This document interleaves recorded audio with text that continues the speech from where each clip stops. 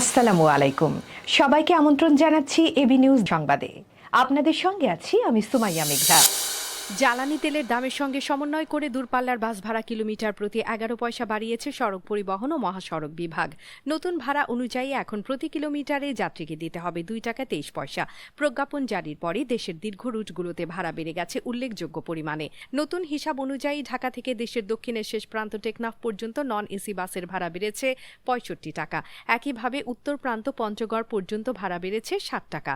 ভাড়া নির্ধারণের ক্ষেত্রে যে সূত্র অনুসরণ করা হয় তা হল প্রতি কিলোমিটার ভাড়া, রুটের দূরত্ব এবং 51 সিটের বাসের ভিত্তিতে মোট ভাড়া নির্ধারণ করে পরে 40 সিটের বাসের জন্য সমন্বয় করা হয়।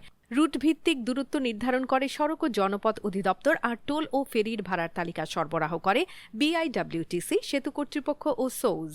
অন্যদিকে দীর্ঘদিন ধরে পোল্ট্রি, সোনালী ও দেশি মুরগির দাম ঊর্ধ্বমুখী থাকার পর অবশেষে কমতে শুরু করেছে। কেজি প্রতি 50 টাকা পর্যন্ত কমেছে এসব মুরগির দাম। তবে গরু ও খাসির মাংস আগের দামের সঙ্গেই বিক্রি হচ্ছে। অন্যদিকে মাছের বাজারে দেখা গেছে উল্টো প্রবণতা। প্রকারভেদে 30 থেকে 40 টাকা পর্যন্ত বেড়েছে দাম। রাজধানীর কারওয়ান বাজার, রামপুরা ও ডিএনসিসি কৃষি মার্কেট ঘুরে এমন চিত্রই পাওয়া গেছে। এক সপ্তাহ আগেও সোনালী মুরগির দাম ছিল 400 থেকে 410 টাকা। আজ সেই মুরগি বিক্রি হচ্ছে 350 থেকে 360 টাকায়। পোল্ট্রি মুরগির দামও কেজিতে 10 থেকে 20 টাকা কমে দাঁড়িয়েছে 170 থেকে 180 টাকায়। দেশি মুরগির দাম আরও বেশি কমেছে 60 থেকে 70 টাকা পর্যন্ত। এখন বিক্রি হচ্ছে 720 টাকায়। তবে লেয়ার মুরগির দাম উল্টো বেড়েছে। কেজিতে 20 টাকা বাড়িয়ে আজ বিক্রি হচ্ছে 170 টাকায়। মাংসের বাজারে তেমন কোনো পরিবর্তন নেই। গরুর মাংস এখনও কেজি প্রতি 800 টাকায় বিক্রি হচ্ছে। রাজধানী শাহবাগ থানায় পেশাগত দায়িত্ব পালনকালে সাংবাদিকদের উপর ন্যাক্কারজনক হামলার ঘটনায় কঠোর অবস্থান নিয়েছে ঢাকা বিশ্ববিদ্যালয় সাংবাদিক সমিতি। বৃহস্পতিবার রাত 11:40 টিএসসি এলাকায় সমিতির কার্যালয়ে জরুরি সংবাদ সম্মেলন ডেকে সংগঠনটি হামলাকারীদের দ্রুত গ্রেপ্তার এবং ঘটনায় জড়িত শিক্ষার্থীদের স্থায়ী বহিষ্কারের দাবি জানায়। পাশাপাশি এই ঘটনার সুষ্ঠু বিচার নিশ্চিত করতে থানায় মামলা দায়ের এবং বিশ্ববিদ্যালয় প্রশাসনকে স্মারকলিপি দেওয়ার সিদ্ধান্তও নেয় তারা। সংবাদ সম্মেলনে সমিতির সভাপতি মঞ্জুর হোসাইন মাহি বলেন, 24-এর গণ অভ্যুত্থানের পর স্বাধীন সাংবাদিকতার যে প্রত্যাশা তৈরি হয়েছিল, সাম্প্রতিক ঘটনাগুলো তা গভীরভাবে প্রশ্নবিদ্ধ করছে। মিথ্যা এই দাবি করে এবং নিজের নিরাপত্তা চেয়ে শাহবাগ থানায় তিনি জিডি করতে গিয়েছেন এবং শাহবাগ থানার বাইরে ছাত্র দলের নেতাকর্মীরা অবস্থান নিয়েছিলেন। এরকম একটা ঘটনা জানার পরে আমরা সভাপতি সাংবাদিকরা আমরা সেখানে গিয়েছিলাম। শুধু ঢাকা বিশ্ববিদ্যালয়ের ছাত্রদল ছিল এমন না, ঢাকা বিশ্ববিদ্যালয়ের বাইরেও অন্যান্য ইউনিটেরও ছাত্র দলের নেতাকর্মীরা ছিল। তারা আমাকে থানা ওই সামনে থেকে থানা এলাকার যে মাঝখানে রেখে এদিকে ধাক্কাতে নিয়ে আসে। অন্যদিকে রাজধানীর শাহবাগ থানায় শিবির ও ছাত্রদল নেতাকর্মীদের উত্তেজনাকর পরিস্থিতি কাভার করতে গিয়ে হামলার শিকার হন ঢাকা বিশ্ববিদ্যালয়ের কয়েকজন সাংবাদিক। এই ঘটনার পর আহত সাংবাদিকদের খোঁজ নিয়েছেন প্রধানমন্ত্রী তারেক রহমানের প্রেস সেক্রেটারি এবং ঢাকা বিশ্ববিদ্যালয় সাংবাদিক সমিতির সাবেক সাধারণ সম্পাদক সালেহ শিবলি। শুক্রবার তিনি ফোন করে আহত সাংবাদিকদের শারীরিক অবস্থার খোঁজ খবর নেন, তাদের দ্রুত সুস্থতা কামনা করেন এবং চিকিৎসার অগ্রগতির বিষয়ে বিস্তারিত জানতে চান। পাশাপাশি প্রয়োজন হলে যে কোনো ধরনের সহায়তা দেওয়ার আশ্বাসও প্রদান করেন। হামলার ঘটনায় সাংবাদিক সমাজে ক্ষোভ ও উদ্বেগ তৈরি হয়েছে। মার্কিন প্রতিরক্ষা বাহিনীর কেন্দ্রীয় কমান্ড সেন্টকম গতকাল সামাজিক যোগাযোগ মাধ্যম এক্সে এক পোস্টে নিশ্চিত করেছে যে যুক্তরাষ্ট্রের পরমাণু শক্তি চালিত বিমানবাহী রণতরী ইউএসএস জর্জ এইচ.ডব্লিউ. বুশ বর্তমানে ভারত মহাসাগরে অবস্থান করছে। পেন্টাগন সূত্রে জানা গেছে, গত মার্চে ভার্জিনিয়া থেকে রওনা হওয়া আফ্রিকার উপকূল পাড়ি দিয়ে রণতরীটি এখন কৌশলগতভাবে গুরুত্বপূর্ণ এই অঞ্চলে পৌঁছেছে। USS George HW. বুশ যুক্তরাষ্ট্রের নৌবাহিনীর 10টি পরমাণু শক্তি চালিত বিমানবাহিনী রণতরীর একটি। মধ্যপ্রাচ্যে চলমান উত্তেজনার প্রেক্ষাপটে এটি যুক্তরাষ্ট্রের তৃতীয় রণতরী, যা ওই অঞ্চলের নিকটবর্তী জলসীমায় মোতায়েন হল। এর আগে ইরান, যুক্তরাষ্ট্র, ইসরায়েল সংঘাত শুরু হওয়ার কয়েকদিন আগে মধ্যপ্রাচ্যের জলসীমায় মোতায়েন করা হয়েছিল ইউএসএস আব্রাহাম লিঙ্কন। মার্চের মাঝামাঝি সেখানে যোগ দেয় ইউএসএস জেরাল্ড আর ফোর্ড। তবে ইউএসএস ফোর্ডের লন্ড্রি এরিয়ায় আগুন, পয়ঃনিষ্কাশন ব্যবস্থার ত্রুটি এবং অন্যান্য যান্ত্রিক গোলযোগ দেখা দেয় গত মার্চের শেষ সপ্তাহে রণতরীটি লোহিত সাগর ও সুয়েজ খাল হয়ে মেরামতের জন্য ক্রোয়েশিয়ার পথে রওনা দেয়।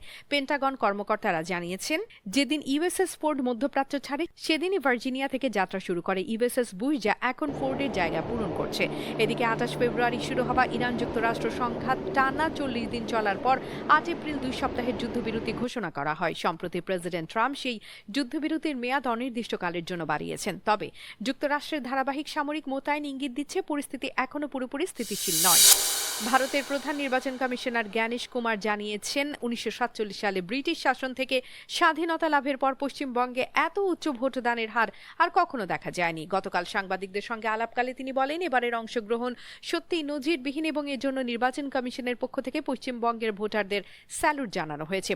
পশ্চিমবঙ্গের বিধানসভার মোট আসন 294টি। এবারে নির্বাচন 2 দফায় অনুষ্ঠিত হচ্ছে। প্রথম দফার ভোট গ্রহণ হয় 23 এপ্রিল, যেখানে 16টি জেলার 152টি আসনে ভোট নেওয়া হয়।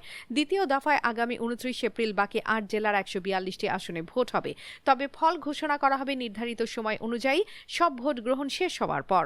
রাজ্যের নির্বাচন কমিশনের তথ্য অনুযায়ী প্রথম দফায় 152টি আসনে মোট ভোট পড়েছে 98.88%।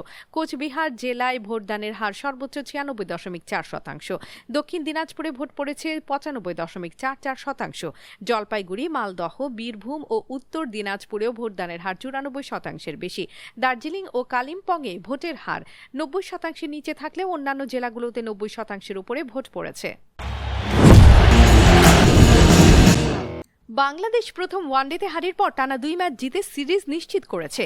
এবার শুরু হচ্ছে 3 ম্যাচে টি-20 লড়াই। আগামী 27 ও 29 এপ্রিল চট্টগ্রামের বীরশ্রেষ্ঠ ফ্লাইট লেফটেন্যান্ট মতিউর রহমান স্টেডিয়ামে অনুষ্ঠিত হবে সিরিজের প্রথম 2 টি-20। এই উপলক্ষে বাংলাদেশ ক্রিকেট বোর্ড বিসিবি টিকিটের মূল্য প্রকাশ করেছে। বিসিবি জানিয়েছে, টিকিটের সর্বনিম্ন মূল্য রাখা হয়েছে 150 টাকা এবং সর্বোচ্চ 1500 টাকা। পূর্ব গ্যালারির টিকিট পাওয়া যাবে 150 টাকায়, পশ্চিম গ্যালারির টিকিট 250 টাকা, আর শহীদ আবু সাইদ ও শহীদ শ্রাবণ স্ট্যান্ডের টিকিটের মূল্য নির্ধারণ করা হয়েছে 500 টাকা। দর্শকদের সুবিধা সব টিকিটই অনলাইনে বিক্রি করা হচ্ছে। এবার ফুটবলের খবর। টানা তৃতীয়বার ফুটবল বিশ্বকাপে খেলার আশা ভেঙে গেছে 4 বারের বিশ্ব চ্যাম্পিয়ন ইতালির। বাছাই পর্বে ব্যর্থ হয়ে তারা মাঠের লড়াইয়ে জায়গা করে নিতে পারেনি। অন্যদিকে এশিয়ান অঞ্চলের বাছাই পর্ব পেরিয়ে বিশ্বকাপ নিশ্চিত করলেও ইরানের অংশগ্রহণ নিয়ে তৈরি হয়েছে অনিশ্চয়তা। যুক্তরাষ্ট্রের বাইরে খেলার দাবি জানিয়ে তারা প্রস্তুতি শুরু করলেও পরিস্থিতি এখনও ধোঁয়াশায়। ঠিক এমন সময় ইরানের সম্ভাব্য অনুপস্থিতিতে তাদের জায়গায় ইতালিকে বিশ্বকাপে নেওয়ার প্রস্তাব দিয়েছেন ডোনাল্ড ট্রাম্পের ঘনিষ্ঠ দূত পাওলো জাম্পোল্লি।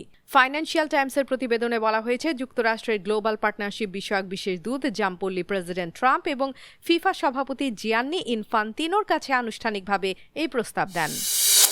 দর্শক, এতক্ষণ আমাদের সঙ্গে থাকার জন্য ধন্যবাদ। যে কোনো বিজ্ঞাপন দিতে যোগাযোগ করুন স্ক্রিনে থাকা নাম্বার ও ইমেইলে। সর্বশেষ সংবাদ পেতে চোখ রাখুন আমাদের ওয়েবসাইট www.abnewsinternational.com-এ। সেই সাথে ভিডিও নিউজ পেতে যুক্ত থাকুন আমাদের ফেসবুক পেজ ও ইউটিউব চ্যানেলে।